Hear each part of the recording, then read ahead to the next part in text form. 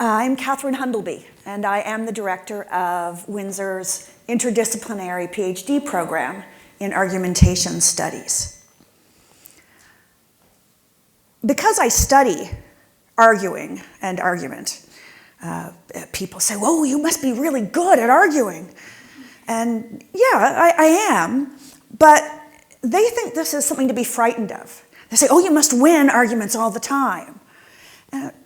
I can win arguments, but for me, winning isn't really quite the point. Sometimes it's the point, but it's not always the point. There are lots of different points that arguing can have. There are other aims that it can have too. We should be good at arguing. It's about time we as a culture were good at arguing. Western culture has been studying argument for 2,500 years. I'm trained as a philosopher, and this is what philosophers have been doing, or a major part of what philosophers have been doing for 2,500 years.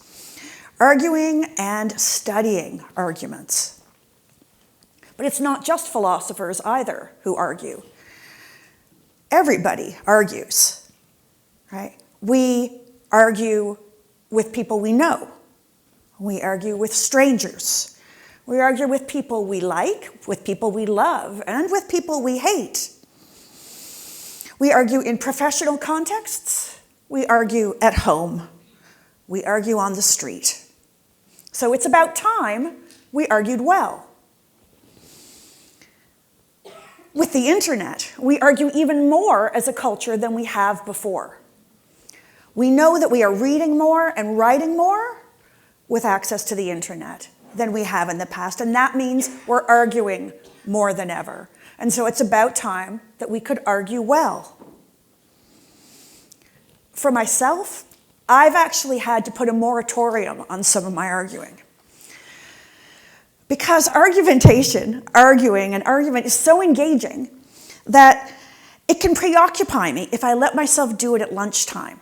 And online, I'm quite likely to get drawn into an argument, and it can make it really hard for me to concentrate for the rest of the day. So no social network arguments, read only or listen only. No engaging if I can avoid it at lunchtime, because it will take me away from other things I need to do. I can enjoy arguing, and I do enjoy arguing a lot of the time. But I understand as much as anybody does that arguing can be really awful. It can seem brutal. It can be something we avoid. It has this connotation of fighting, of a verbal fight. And it turns out that that connotation is actually peculiar to English. This is not something that we see in other related languages, right?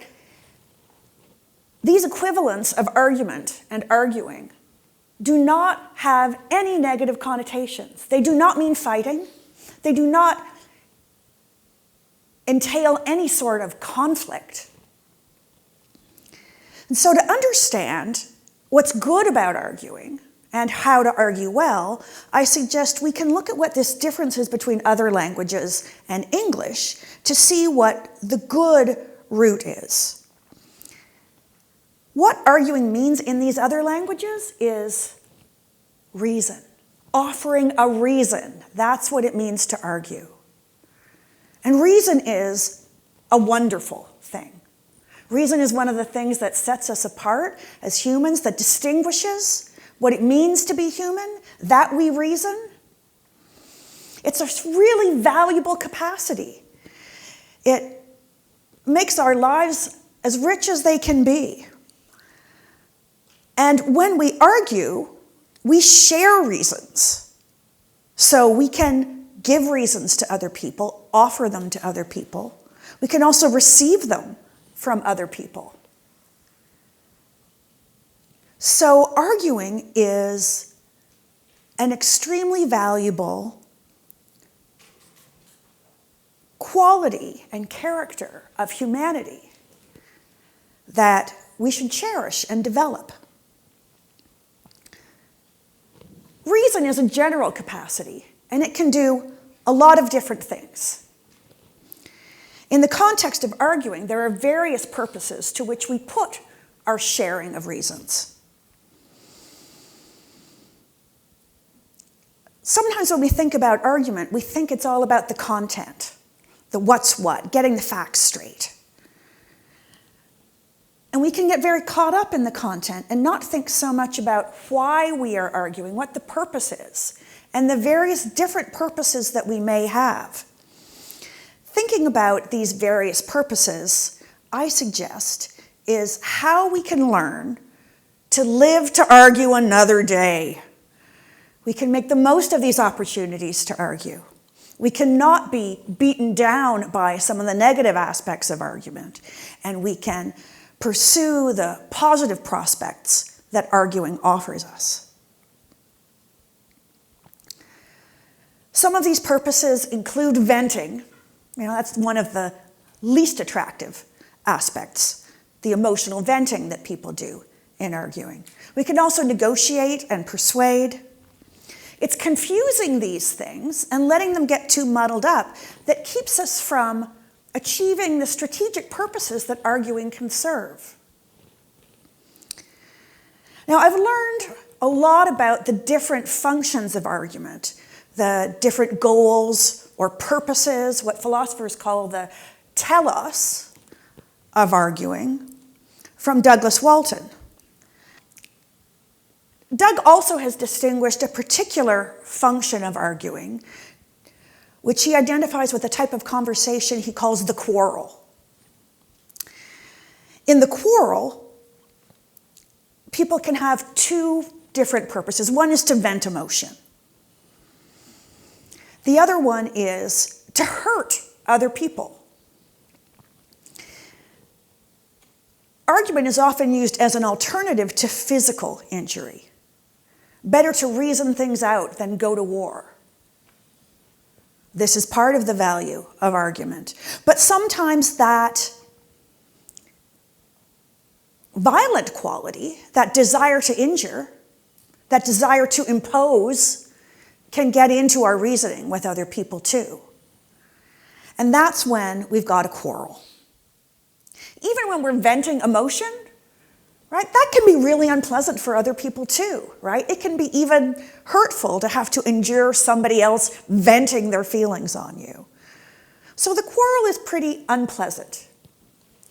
But we've all done it, right? We quarrel with family members. We quarrel, especially in breakups, right? And we've all quarreled. We are not proud of it, but we've done it.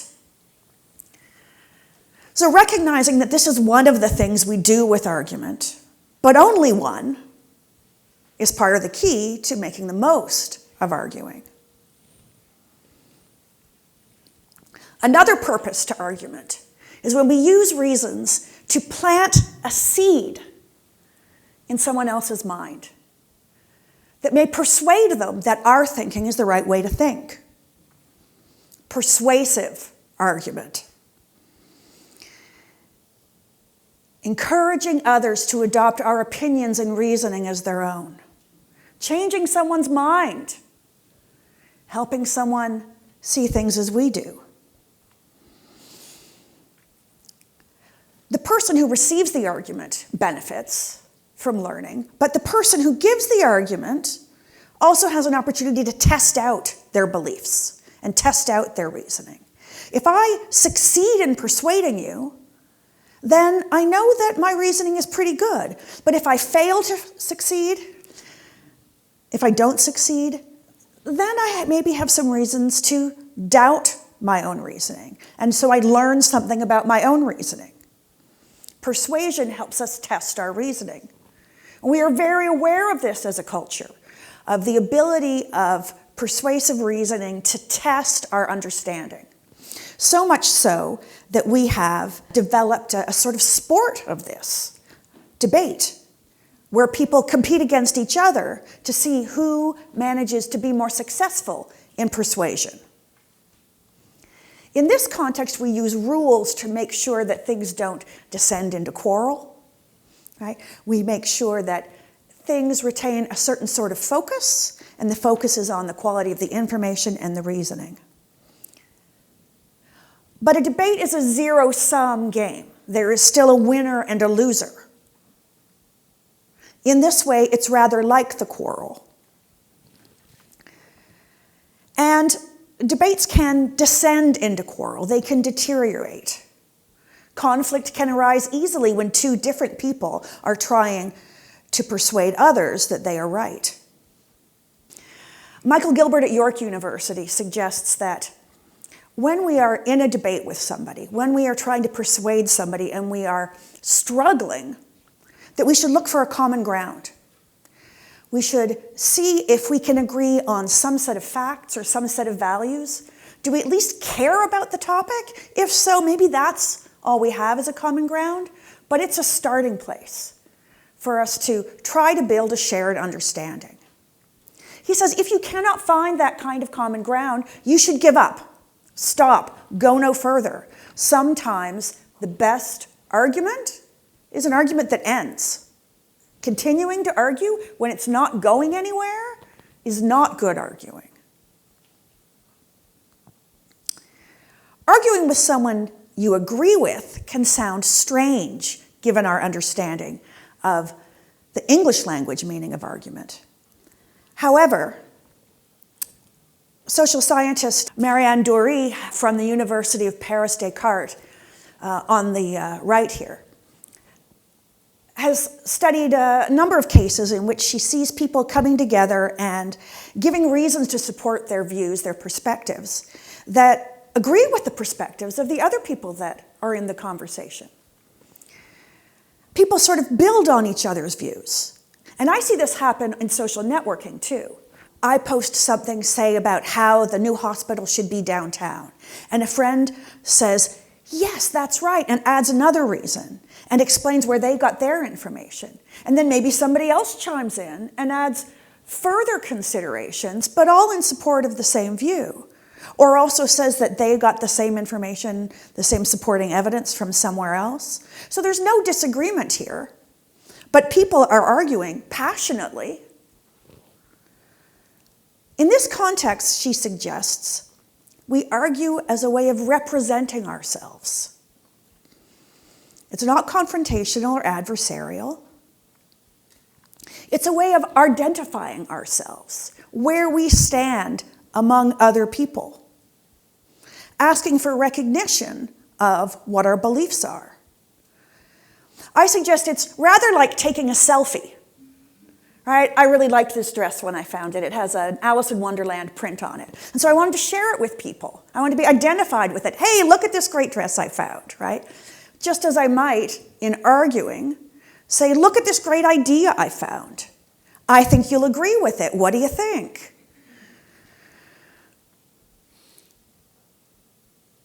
Arguing can be even more cooperative than this.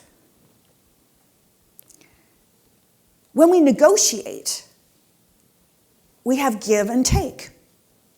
Negotiation happens in shopping. We know a classic marketplace scenario where someone wants to buy something and there's a vendor and they haggle over the cost. In our culture, we don't do a lot of haggling over costs except for very expensive items. But we haggle over chores in the household. Who's going to do the dishes? Who's going to make dinner? And we negotiate with children all the time to get them to do the things we want them to do. Because we negotiate not just with material things, we negotiate with actions and with behavior too, right? We negotiate to get people to do things we want them to do.